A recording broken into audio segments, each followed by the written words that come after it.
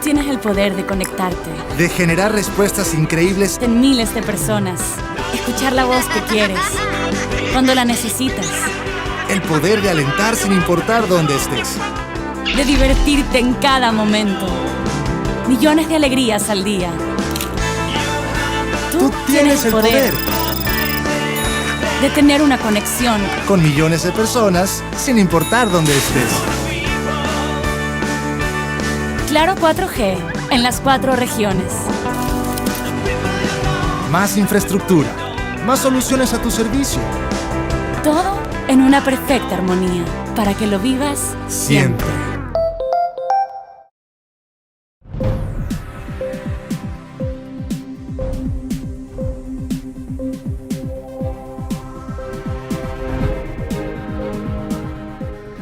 Hola amigos de la República y de Fundamedios, gracias por acompañarnos en una nueva edición de Libre Expresión. Hoy estaremos tratando con nuestros invitados acerca de la crisis del Sistema Interamericano de Derechos Humanos. Bienvenidos, gracias por acompañarnos. Estamos con el doctor Mario Melo, abogado coordinador del Centro de Derechos Humanos de la Universidad Católica del Ecuador, profesor de Derecho en la Universidad Andina Simón Bolívar y colaborador del Observatorio de Justicia Constitucional. Fue abogado, entre otros casos, del caso Sarayaku, el cual se ganó ante la Corte Interamericana de Derechos Humanos, y es coordinador de la Red Jurídica de Defensa de la Amazonía. Y estamos también con el doctor Mauricio Alarcón, abogado con subespecialización en Ciencias Políticas y Relaciones Internacionales. Su área de experticia se centra en Derecho Constitucional y Derechos Humanos. Ha trabajado en sociedad civil por más de 10 años, enfocado en temas de participación ciudadana, control social y derechos y libertad ciudadana. Actualmente es director de proyectos en Fundamedios. Gracias a nuestros invitados por acompañarnos. Mario, se habla mucho de la crisis económica de la Comisión Interamericana de Derechos Humanos. Hace pocas semanas se anunció que se debía, si no conseguía aportes adicionales, la Comisión despedir a cerca del 40% de su personal. Sin embargo, hay quienes sostienen que la crisis es más profunda, que viene arrastrada ya de hace algunos años. ¿Cómo describirías tú la crisis del sistema interamericano? Bueno, definitivamente la crisis del sistema interamericano va más allá de lo económico. Hay una carencia de apoyo político por parte de los actores interamericanos, especialmente de los estados, respecto a un trabajo que ha sido relevante a lo largo de los últimos 50 años. La Comisión Interamericana ha estado bajo fuego precisamente porque ha cumplido su rol, su tarea, que es la supervisión internacional de los compromisos de los estados del sistema de la OEA, de sus compromisos internacionales respecto a los derechos humanos. Entonces, por supuesto, a ningún estado le gusta el ser observado. Y eso ha llevado a que varios gobiernos de la región hayan hecho una verdadera campaña para desprestigiar, para ver la posibilidad de bajar las competencias de la Comisión Interamericana, y eso sin lugar a dudas ha llevado a una crisis, a un momento complejo en su vida institucional. Sumado a la falta de recursos económicos, que es una realidad, es probablemente el sistema de supervisión internacional de derechos humanos con menos recursos económicos en el mundo, y sin embargo es de los más activos y de los que más resultados ha tenido. Mauricio, Mario nos ha señalado que ha habido ataques de diversos estados ante la Comisión Interamericana de Derechos Humanos y ante el sistema al sentirse observados. Y quizás justamente este ciclo de crisis comienza con la confrontación de la Comisión con Brasil, en primer lugar, ¿no es cierto? Y luego con los países del ALBA, liderados por Ecuador, que plantearon toda una serie de reformas que acabó en un proceso, fue cerrado en un proceso de adopción de ciertas reformas, pero que parece que no fueron lo suficientemente agresivas, ¿no es cierto?, para esos estados que estaban planteando. Resulta sorprendente que ni siquiera en los peores tiempos de dictaduras militares en América Latina, cuando ya existía un sistema interamericano y cuando ya empezaba a actuar la Comisión, haya sido blanco de ataques similares a los que han sufrido durante este último tiempo.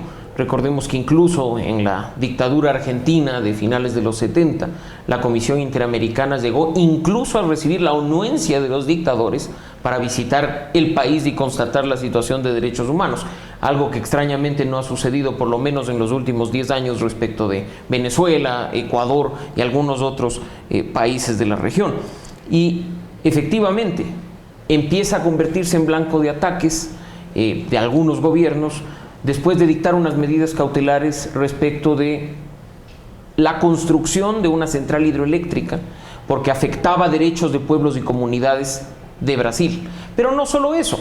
En el caso particular de lo que vivimos en el año 2011, producto de una audiencia sobre la situación de la libertad de expresión, el gobierno de Ecuador inicia una arremetida buscando una reforma de debilitamiento respecto de la Comisión Interamericana de Derechos Humanos en particular. Y no se trata de una acción aislada que ocurrió entre 2011 y 2012, sino que ha sido una acción sostenida por parte de los representantes del gobierno de Ecuador, quienes incluso en la última Asamblea General de la OEA, que tuvo lugar hace pocos días, a través de la voz del canciller, ha manifestado la necesidad de nuevamente reformar con base en los criterios que el gobierno de Ecuador en su momento manifestó y que varios gobiernos de la región condenaron por no ser una reforma que fortalezca el sistema interamericano, sino que por el contrario lo debilite e incluso lo deje agonizante, dejando en una situación de desprotección total a las víctimas, que son los principales beneficiarios del sistema. Hay que tener en claro que este sistema no se crea para los gobiernos,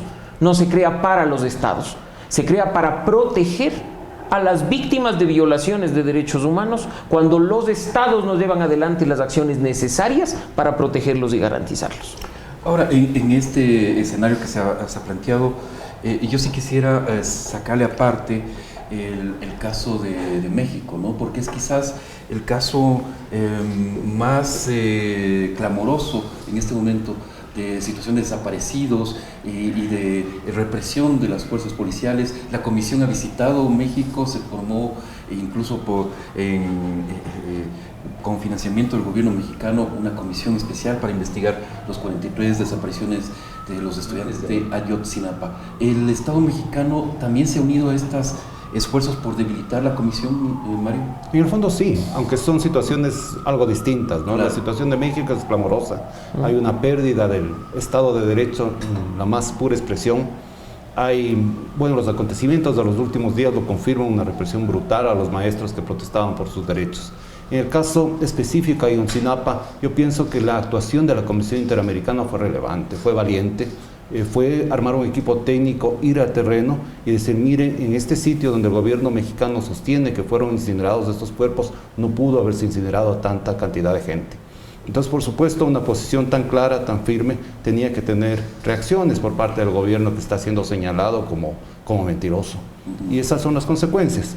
Pero claro, la situación de estos otros países, lamentablemente liderados por el Ecuador, tiene otros carices, ¿no? Yo tuve la oportunidad de estar en el último periodo de sesiones del mes de abril, con una audiencia temática sobre los derechos de la libertad de asociación de los pueblos indígenas, acompañando además a un conjunto de organizaciones indígenas que querían hacer oír su voz.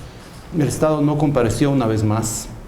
En vez de ello envió una carta que fue leída en la audiencia, y en la carta se señalaba en un tono entiendo yo que amenazante a las organizaciones que sistemáticamente estamos asistiendo al espacio interamericano para llevar temáticas relevantes de derechos humanos. En esa oportunidad tuve la posibilidad de replicar esa carta, como lo hago ahora, señalando que en mi punto de vista profesional los estados no tienen la opción de asistir o no asistir a las convocatorias de los organismos de derechos humanos. Tienen la obligación de asistir, escuchar, debatir, conversar con la sociedad civil.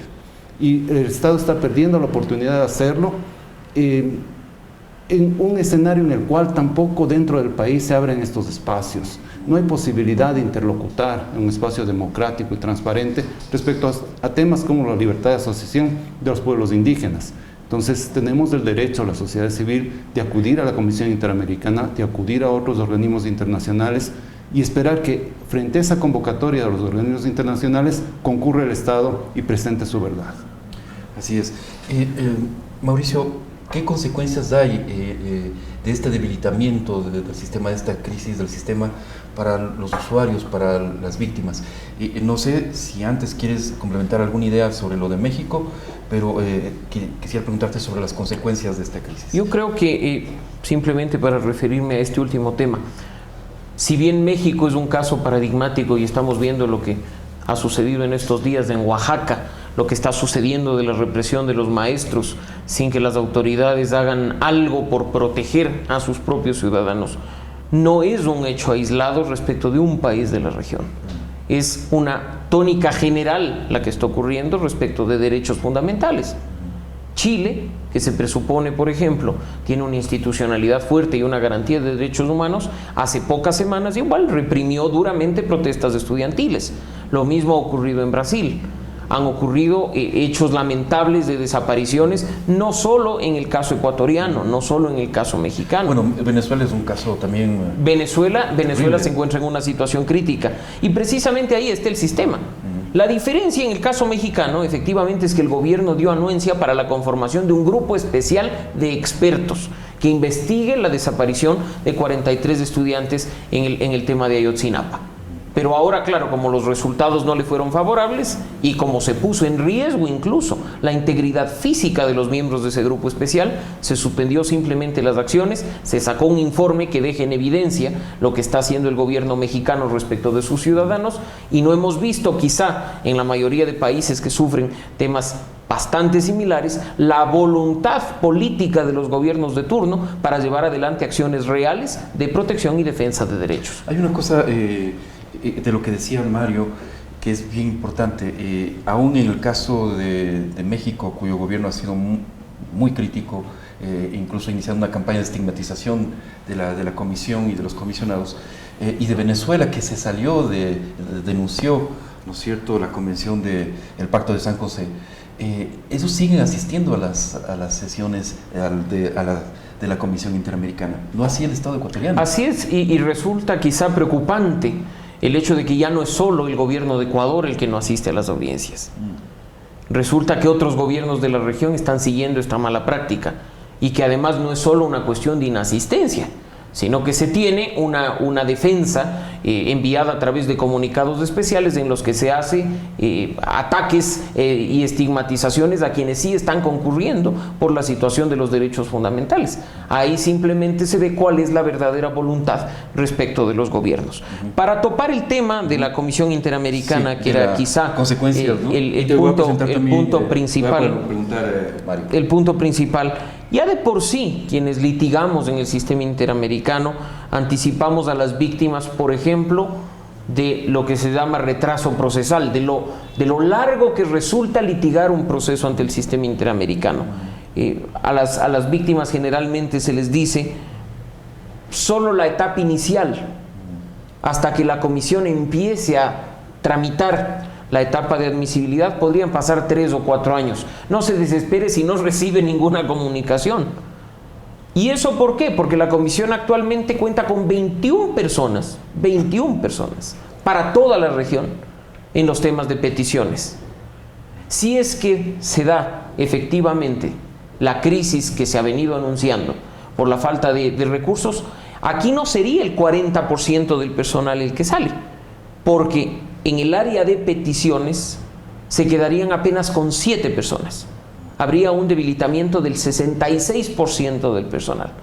7 personas tramitando las causas de toda una región. Esa reducción de 40% personal, lo que quiere decir que no va a ser equitativa en todas las áreas de la comisión. Por supuesto van que a ser áreas que se van a ser más afectadas. Porque desgraciadamente, por la falta de compromiso de los gobiernos de América Latina, la comisión ha tenido que trabajar como una organización no gubernamental, ejecutando proyectos, presentando proyectos a la cooperación internacional y diciendo: con estos fondos permítame contratar 3 personas más para esta área, porque la necesito. Entonces, personal de planta que se puede mantener. En el caso puntual de peticiones, que es quizá la etapa más importante por el hecho de que las víctimas, los defensores dicen: ya empezamos el litigio propiamente dicho, se quedaría con apenas 7 personas. Y si nosotros revisamos las estadísticas de los últimos años, en particular del último año, tendríamos a 7 personas para analizar más de 6.000 peticiones. Estamos hablando de casi 1.000 peticiones por persona. No son 365 días laborables los que tiene el año. Estaríamos hablando entonces nosotros de que una persona tiene que revisar, tiene que revisar 30 procesos diarios. porque son los días laborables, 20, 30 procesos diarios. Hay que descontar feriados, fines de semana, las visitas que hacen los funcionarios de la comisión. Se reduce por lo menos a la mitad. Entonces estamos hablando de 20, 30 procesos diarios, porque no es tampoco que una sola persona revisa la petición y su palabra es santa. Es un grupo de gente haciendo este análisis. Algo que es virtualmente imposible, porque estamos hablando además, como Mario sabe, que son peticiones que contienen decenas de páginas, cientos de páginas de anexos para visibilizar y evidenciar las violaciones de derechos fundamentales. Estamos, sin duda alguna, no solo frente a una crisis, sino frente a un absurdo. Mario, vamos a ir contigo después de esta pausa, justamente para que nos respondas qué consecuencias ves tú que va a haber para las víctimas y para los usuarios del sistema interamericano de derechos humanos. Regresamos después de una breve pausa.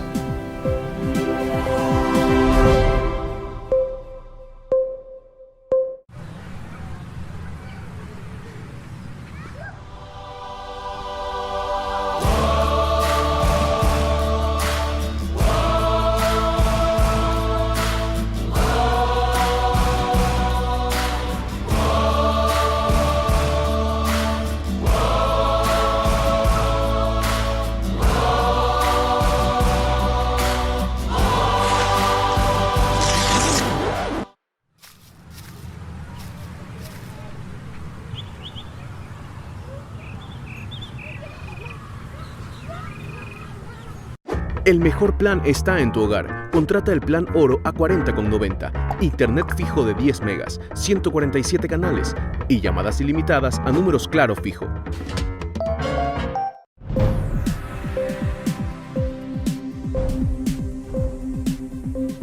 Retornamos a Libre Expresión y estamos analizando con nuestros invitados la situación del sistema interamericano de derechos humanos.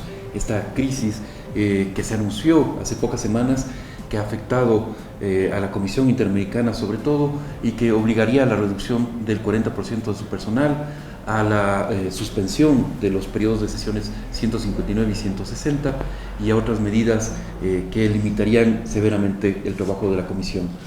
Mario, hemos ido planteado en el primer segmento la responsabilidad de los estados, que es realmente importante y es quizás la principal responsabilidad. Ahora, la Comisión, ¿qué responsabilidad también tiene en esta crisis? ¿Qué tanta cintura política ha tenido la Comisión, por ejemplo, para dialogar con los estados y que los estados no se sientan tampoco de alguna forma incómodos o juzgados, ¿no es cierto?, de una forma quizás poco equitativa por la Comisión? ¿Ha habido esa falta de diálogo o es solamente un pretexto de algunos estados frente a la situación de la Comisión Interamericana? Yo tengo la impresión de que cualquier estado que va a ser observado por un organismo internacional va a tener una reacción negativa. Eso es algo natural. Yo creo, sin embargo, que la Comisión tiene que asumir algunas de sus propias debilidades. La primera y fundamental es el retardo procesal. Yo tuve la oportunidad de litigar el caso Sarayaku, que demoró en la Comisión Interamericana desde el año 2003 hasta el año 2010. Son 7 años de litigio y la sentencia de la Corte fue en el año 2012. En definitiva, fueron 9 años del sistema interamericano para conseguir una sentencia.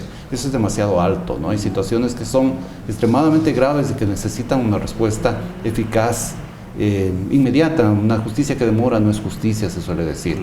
¿Y dónde ves tú, para entrar en el detalle de esto, la debilidad del retardo? ¿Es falta de personal? ¿O es alguna deficiencia en el mismo mecanismo de tratamiento de los casos? Yo creo que es falta de personal, pero también falta de iniciativas para un cambio radical en el procedimiento. Yo pienso que habría que ser muy audaces para plantear nuevos mecanismos de litigio, mucho más orales, con una fase escrita reducidísima. Eso es lo que disminuiría la carga procesal de una manera importante. En segundo lugar, a veces la Comisión, por dar acceso a las víctimas del sistema, ha cometido errores que a mí me parecen complejos, ¿no? Por ejemplo, ahora hay mucha facilidad para presentar una petición en línea. Cualquier persona entra al internet, a la página, llena una petición y la petición comienza a tramitarse. Entonces eso lleva al colapso, porque por supuesto una persona que se siente afectada en sus derechos debe tener posibilidad, pero siempre sería un filtro interesante si es que la víctima busca o encuentra mecanismos nacionales en primer lugar y una asesoría especializada que le pueda permitir a la comisión recibir una petición procesada y con posibilidades de tener éxito. Entonces, muchísima de la carga procesal es poder tomar esas peticiones que llegan por la página web, hacer una revisión prima facie, y muchas de ellas no responden a los parámetros del derecho interamericano o no responden a verdaderas violaciones de derechos humanos. Entonces hay una carga procesal que se acumula injustificadamente. Pero lo principal, pienso yo, es hacer un esfuerzo de redefinición del procedimiento interamericano. Ahora tenemos plazos extremadamente largos, extremadamente laxos para las observaciones de los estados, para las observaciones de los representantes, que deberían ser reducidos al mínimo, y debería establecerse un sistema oral que lo volvería mucho más ágil. Mauricio, te planteo la misma pregunta. ¿Qué responsabilidad también se le puede endosar a la comisión, a la actual comisión, ¿no es cierto?, en esta situación de crisis que está viviendo? ¿Ha faltado también de alguna forma dialogar con los estados, tener lo que se llama más cintura política para tratar de moverse de mejor forma y conseguir más apoyos? Primero, coincido plenamente en lo que está señalando Mario y quisiera complementar con un par de detalles adicionales. Sin duda, lo que se ha afirmado es cierto, es la lucha diaria dentro de la comisión. Cuando un defensor de un caso presenta una petición, es bastante diferente a lo que es simplemente el llenado de un formulario online. Incluso, diría yo, que las víctimas y algunos defensores de derechos humanos ni siquiera toman la precaución de revisar los criterios que se tiene que cumplir para presentar una petición. Y aquí quizá no echarle únicamente la culpa al tema procesal dentro de la comisión, sino también a ciertos defensores de derechos humanos o autocalificados defensores de derechos humanos que actúan de manera irresponsable, que le dicen a la víctima, por ejemplo, que a pesar de que han transcurrido más de 6 meses desde la última petición, desde la última decisión dentro de un proceso de jurisdicción interna, presentemos nada más el caso, no hay ningún problema. Sí hay problema, porque si han transcurrido más de 6 meses desde la última decisión que puso fin al proceso, no se puede presentar el caso ante el sistema. Pero si llega esa petición, tiene que ser leída, tiene que ser analizada, tiene que realizarse un informe y decir no cumple con los requisitos. O cuando, por ejemplo, se dice, no importa que no se hayan agotado las instancias nacionales, presentemos el caso. Eso también entorpece el proceso. Entonces, ahí también un llamado a que se actúe con responsabilidad respecto del sistema para que se puedan presentar de la mejor manera los casos. Y sí, lo que dice Mario, hay serias falencias en la forma en que se tramita. Pero también creo yo que el tema de la crisis, y a esto respondiendo la pregunta, no se podía manejar desde mi punto de vista como se lo ha manejado hasta ahora. No podíamos esperar al punto final de tensión de una cuerda para recién reaccionar, y reaccionar escribiendo un artículo de opinión en un periódico europeo. Si ya esta crisis, por ejemplo, por la deficiencia de personal, que es notoria, se viene arrastrando desde hace varios años, ¿por qué no se anunció de la manera debida y se esperó a llegar a este punto para ver si los estados reaccionaban? Ahora estamos ante una situación en la que o se salva o nos hundimos todos. Y eso es realmente lamentable. Y en cuanto al diálogo de los gobiernos, también coincido con Mario. A ningún gobierno le gusta que le digan lo que está haciendo mal, especialmente cuando el gobierno está encabezado por ególatras que creen que todo lo están haciendo perfecto y que no admiten criterio en contrario. Nunca le va a gustar al gobierno que una persona venga y le diga, ojo, estás violando derechos de tus ciudadanos. Pero la respuesta del Estado, o por lo menos de un gobernante con algo de inteligencia y raciocinio, no debería ser atacar al sistema, sino por el contrario, sentarse en una mesa de diálogo con quienes están denunciando esas violaciones de derechos humanos y demostrar con pruebas que quienes están haciendo las denuncias no tienen razón, que la razón la tiene el Estado. Debatamos. Como se decía en un inicio, falta espacio de diálogo, de debate, de contraposición de ideas. Y eso era la Comisión Interamericana, por ejemplo, en las audiencias temáticas. Pero ¿cómo se puede tomar en consideración una situación cuando defensores con recursos limitados, viajan al sistema interamericano a presentar información sobre la situación de un derecho fundamental y se topan con un gobierno que mueve más de 50 altos funcionarios del gobierno con recursos públicos, monta todo un aparataje de comunicación contra los defensores de derechos humanos y se limita a no contestar ninguna de las afirmaciones en una audiencia temática. Estamos frente a esos espacios, efectivamente. Pero es preferible eso a la ausencia total, ¿no? Por supuesto, o sea, que sí, claro. Pero ahí es lo que se ve, que la reacción debería ser presentar información de tal forma que la propia comisión saque sus conclusiones y se manifieste. Pero es obvio que si yo tengo defensores de derechos humanos denunciando violaciones y no tengo un Estado que me diga que dichas violaciones no existen o están siendo de alguna medida solucionadas, yo como comisión digo, algo está pasando con el Estado. La posición más radical del oficialismo del gobierno ecuatoriano, Mario, es que debería pasarse a un sistema parecido al europeo en el cual la comisión no exista y solamente exista la Corte. ¿Cuál crees tú que es el valor de la Comisión Interamericana, más allá de ese valor histórico, ¿no es cierto? Porque la comisión precede con muchísimo tiempo a la Corte Interamericana. La comisión fue creada en la misma carta de creación de la OEA, ¿no es cierto? Pero se podría avanzar o más bien, digamos, plantearse un sistema a la europea sin comisión y solamente con Corte. ¿Cuál es el valor de la comisión en el actual esquema del sistema interamericano? Yo pienso que la comisión es un organismo muy versátil y con muchas potencialidades. Primero, el mecanismo de medidas cautelares, que es un mecanismo ágil que salva vidas. Es decir, hay muchísimas medidas cautelares otorgadas por la Comisión Interamericana que han obligado a que los Estados tomen medidas frente a la violación del derecho a la vida o la integridad de las personas. Entonces, es una reacción rápida que lo puede hacer un equipo técnico con lo que tiene la Comisión. En segundo lugar, la Comisión es un organismo más ágil que puede movilizarse a los lugares en donde están sucediendo las violaciones de derechos humanos. Hemos hablado del caso de Ayotzinapa, ¿no? Entonces eso lo puede hacer la Comisión, porque es un organismo técnico de supervisión de los tratados. Es más complejo para la Corte, porque tendría que haber un caso tramitándose para que lo pueda hacer. En tercer lugar, una de las potencialidades que tiene la Corte es que tiene un conjunto de casos bajo su conocimiento que han sido ya filtrados por la Comisión. Entonces eso es importante y eso garantiza la calidad de los fallos de la Corte, que es indiscutible.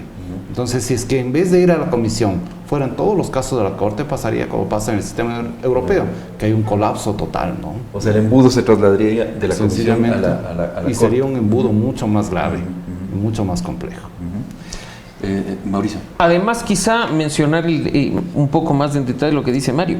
¿Qué personal tiene la Corte Europea de Derechos Humanos? ¿Cuánta gente trabaja? Porque por último, si vas a eliminar esta suerte de instancia previa, de filtro previo, para que todo el mundo acuda de manera directa a la Corte, como ocurre en el caso de Europa, comparemos las estructuras. En la situación actual, si eso ocurre con el personal que tiene la Corte Interamericana, resultaría incluso peor que la crisis que se vive actualmente en la Comisión, porque es un personal aún más reducido. La Corte tramita muy pocas causas al año, muy pocas causas, decenas de causas al año, frente a los miles que está tramitando la Comisión y su personal. Ahora, insisto, reformar el sistema sí es necesario, por supuesto que es necesario, pero para fortalecerlo y pensando en las víctimas.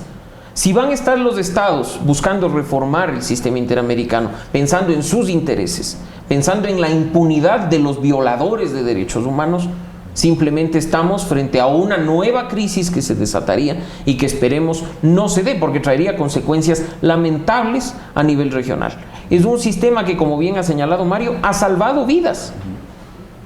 Este procedimiento de medidas cautelares es resultado mucho más eficiente que las medidas provisionales de la Corte Interamericana. Los informes de las visitas in loco de la Comisión o de relatores en específico a los países han permitido solucionar situaciones graves de derechos humanos en varios países de la región. Así es que no estamos hablando simplemente de un grupo de 7 personas que se reúnen 3 veces al año para dejar en evidencia a los gobiernos a los que no les gusta escuchar cosas respecto a sus acciones. No, se trata de algo mucho más complejo. Se trata de una verdadera estructura de protección, de promoción y de defensa de derechos para los ciudadanos de la región. Claro, finalmente la Corte es una instancia de litigio, pero todas estas dimensiones de protección y de promoción de los derechos humanos pasan por otros mecanismos. Y recordemos un tema, lo que señalaba Mario respecto a los asuntos de jurisprudencia. Las acciones tanto de la Comisión como de la Corte han permitido que los derechos evolucionen basados en este principio de progresividad. Es muy sencillo. Si no hubiera habido una comisión analizando casos de libertad de expresión, si no hubiera habido una corte emitiendo varias sentencias respecto a este tema, probablemente no tendríamos varios países despenalizando la expresión en sus legislaciones. Por ejemplo, ese es apenas uno de los casos de lo que ha ocurrido. Recordemos que hay casos respecto de desapariciones forzadas, respecto a derechos de adopción, respecto a temas incluso vinculados con mala práctica médica, que en el caso ecuatoriano somos pioneros en esa temática. Entonces, la evolución de los derechos ha sido muy favorable gracias a las acciones de la Comisión y de la Corte.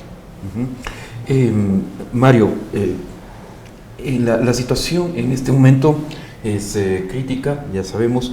Mauricio nos ha dicho, se ha esperado hasta el último momento para plantear, ¿no es cierto?, la dimensión de la crisis que estaba afrontando la Comisión. ¿Tú crees que ha sido un error esto de comunicación de la Comisión? ¿Tenía que haberse planteado ya, quizás incluso en el último periodo de sesiones de la Comisión, la dimensión de la crisis? Definitivamente sí, ¿no? Es decir, han hecho esfuerzos, entiendo yo, para conseguir financiamiento de varias fuentes. Cuando fracasan esos esfuerzos, tienen que acudir a la Asamblea a través de un pronunciamiento público.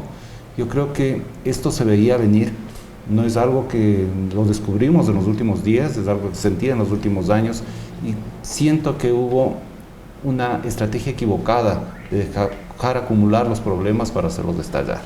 Entonces yo creo que hubiera sido oportuno en su momento ir conversando con la Asamblea, con los organismos de la OEA, para ir consiguiendo paulatinamente una solución. Perfecto. Bueno, vamos a una breve pausa y retornamos con el segmento final de Libre Expresión.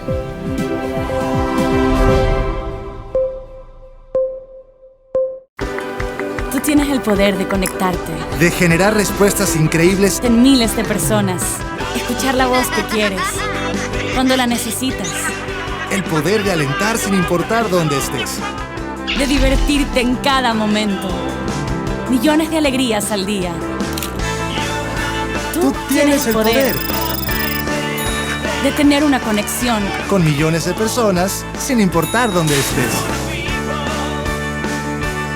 Claro 4G en las 4 regiones. Más infraestructura, más soluciones a tu servicio. Todo en una perfecta armonía para que lo vivas Siempre.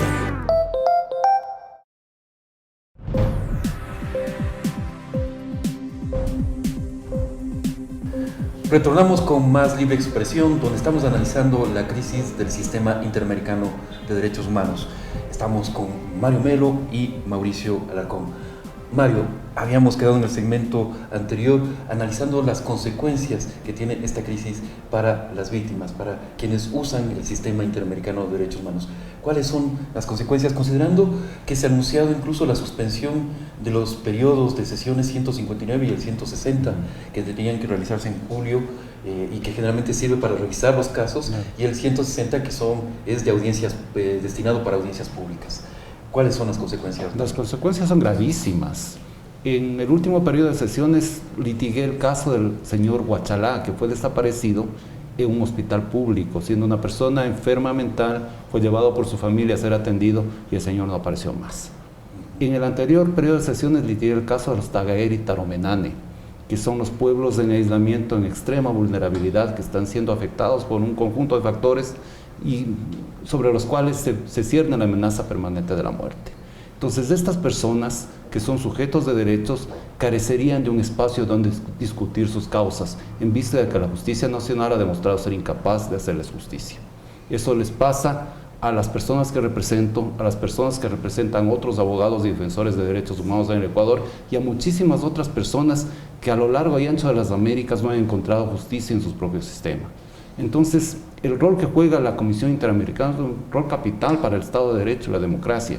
Y si se le debilita, si se le impide el convocar los periodos de sesiones, donde hay un litigio además transparente, mucho más transparente que el litigio nacional, porque hay una audiencia pública que se transmite por el internet y cualquier persona interesada puede ver cómo se hace justicia y puede escuchar a los representantes de las víctimas, puede escuchar a las víctimas con su propia voz, explicando el drama que les ha tocado vivir, y puede escuchar también a los estados, ver qué es lo que dicen, saber de qué manera los representantes del Estado están haciendo valer o no los derechos. Entonces hay mucha potencialidad en el sistema interamericano.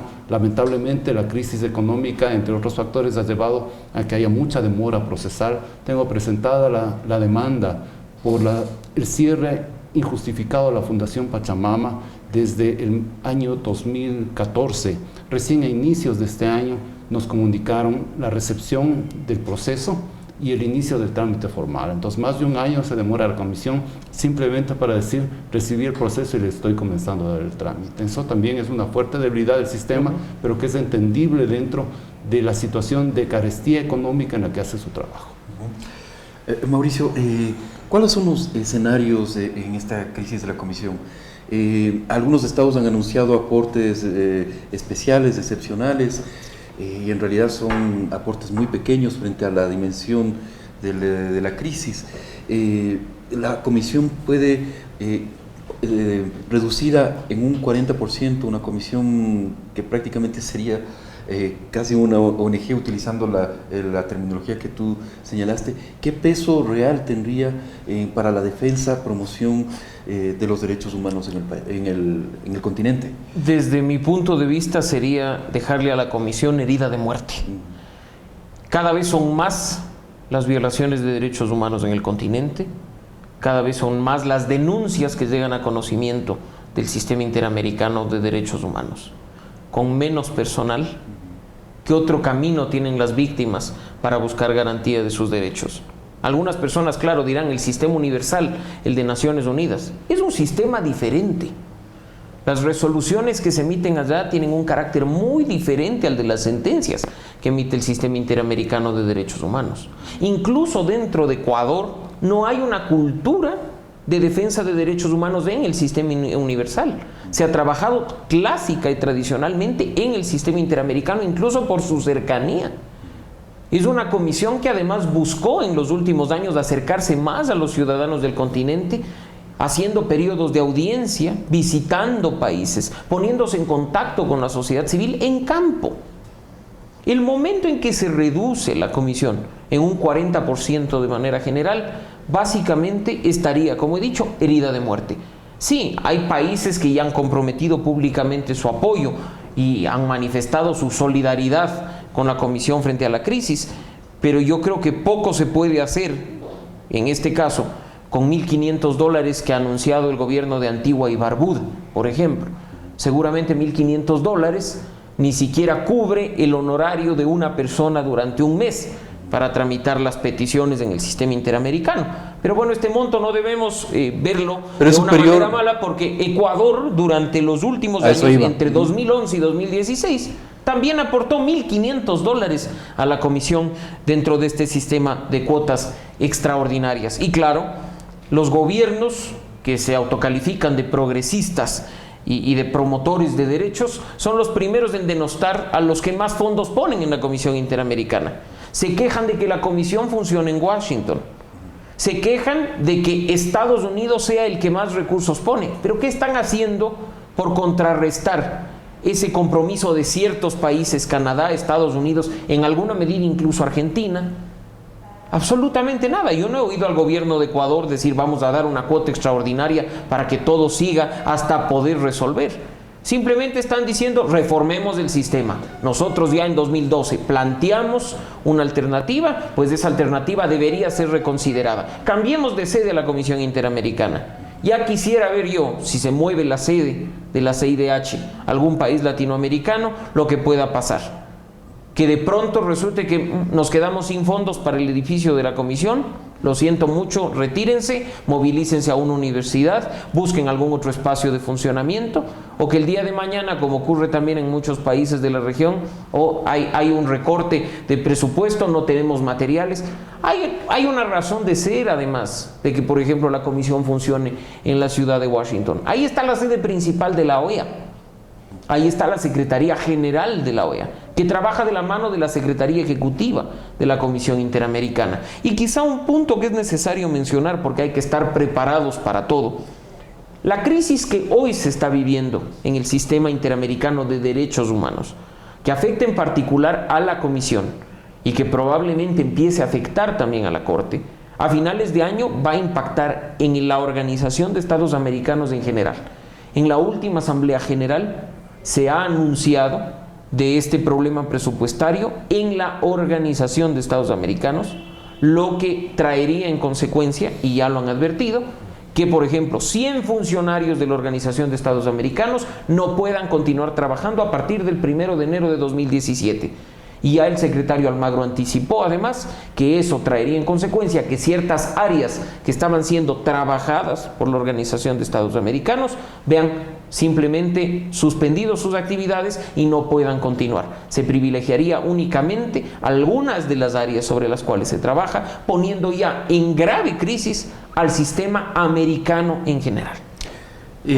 Vamos en este último segmento del programa a ver qué se puede hacer, cuáles son, digamos, los planteamientos, porque una crisis, y esto es casi un lugar común, también puede ser un momento de oportunidades. La sociedad civil, Mario, ha iniciado también un proceso de reflexión sobre la situación del sistema y qué se plantearía desde la sociedad civil, que es este sector que ha tenido un papel muy importante en las actividades de la Comisión.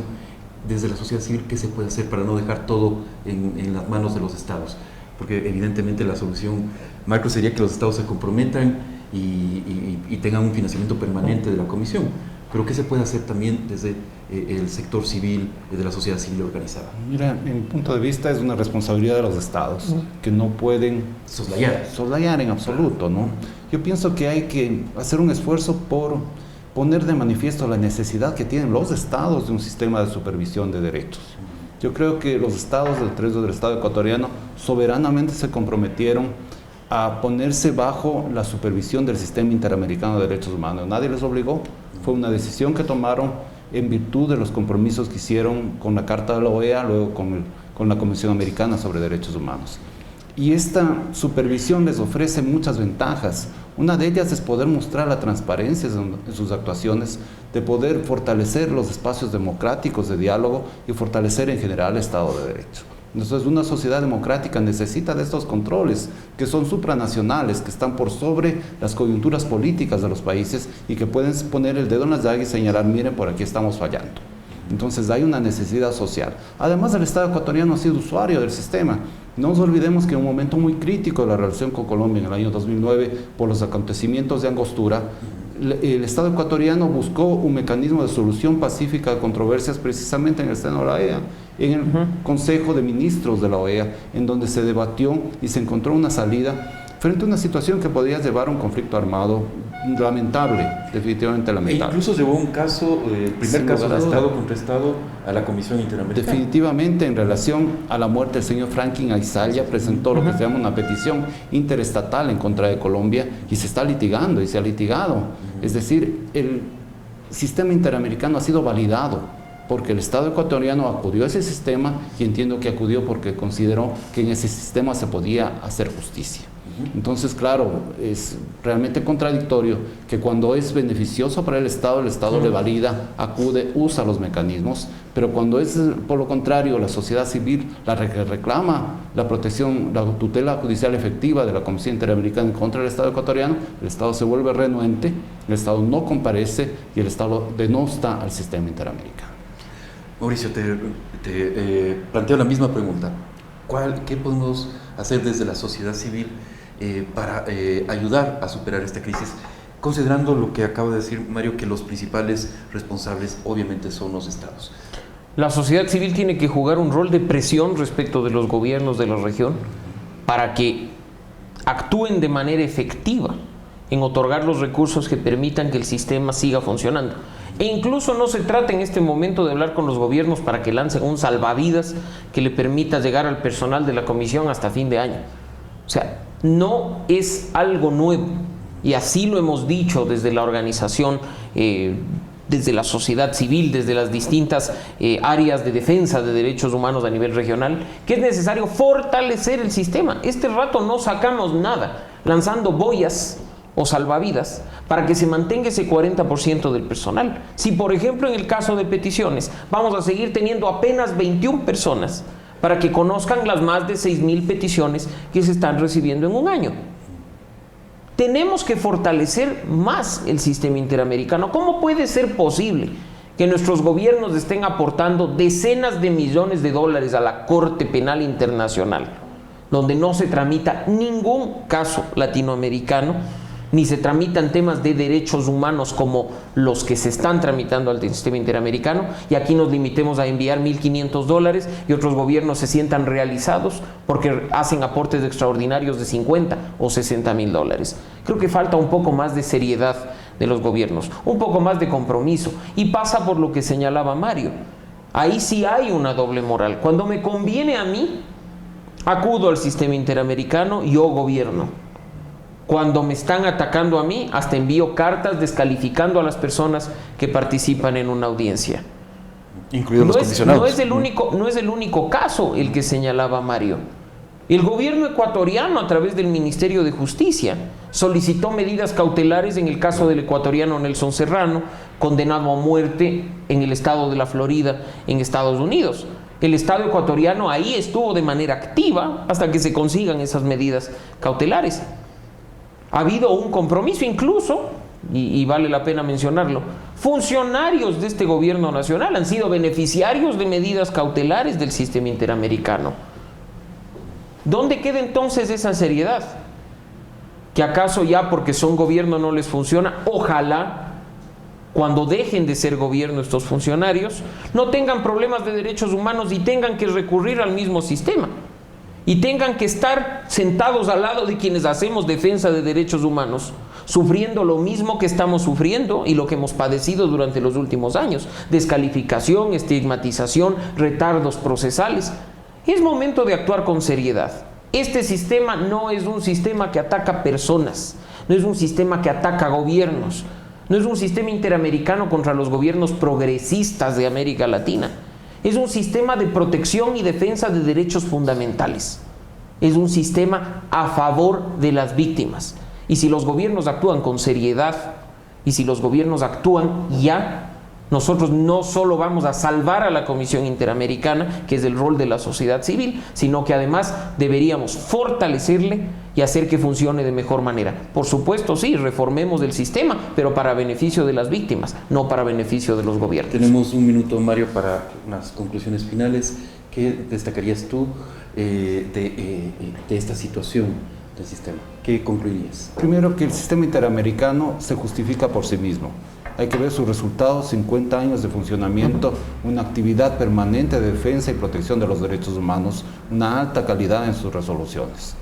Segundo, hay una necesidad de los estados de asumir la responsabilidad de sostener un sistema que les beneficia, en el fondo, por ser estados democráticos. Y tercero, hay un rol de la sociedad civil de mucha presión y mucha fuerza por sostener un sistema que fue diseñado y funciona para las víctimas. Mauricio. Un llamado no solo al gobierno de Ecuador, en conclusión, sino a los gobiernos de la región, para que actúen de manera responsable, para que actúen a favor de sus ciudadanos, para que en realidad se comprometan con el fortalecimiento de un sistema que ha beneficiado a víctimas de derechos humanos no este año, no en la última década, sino durante varias décadas. En ese sentido, creo que es vital, hoy más que nunca, que se vea el verdadero compromiso de las autoridades con los derechos y libertades fundamentales y que trabajemos con bastante más seriedad. No podemos actuar como estados en represalia por unas medidas cautelares, por una represa, por la construcción de una represa. No podemos actuar en represalia por un comunicado en el que se habla de que un gabinete no está compuesto de manera paritaria por los temas de género, ni porque el informe de un grupo especial respecto a la desaparición de estudiantes no nos satisface como gobierno. Hay que tener una visión mucho más estratégica, una visión más a futuro y una visión a favor de los derechos de los ciudadanos de la región. Gracias, amigos, por habernos acompañado en este programa de Libre Expresión, en el cual hemos analizado la crisis del sistema interamericano de derechos humanos. Les pedimos que nos acompañen en una próxima emisión de Libre Expresión. Gracias.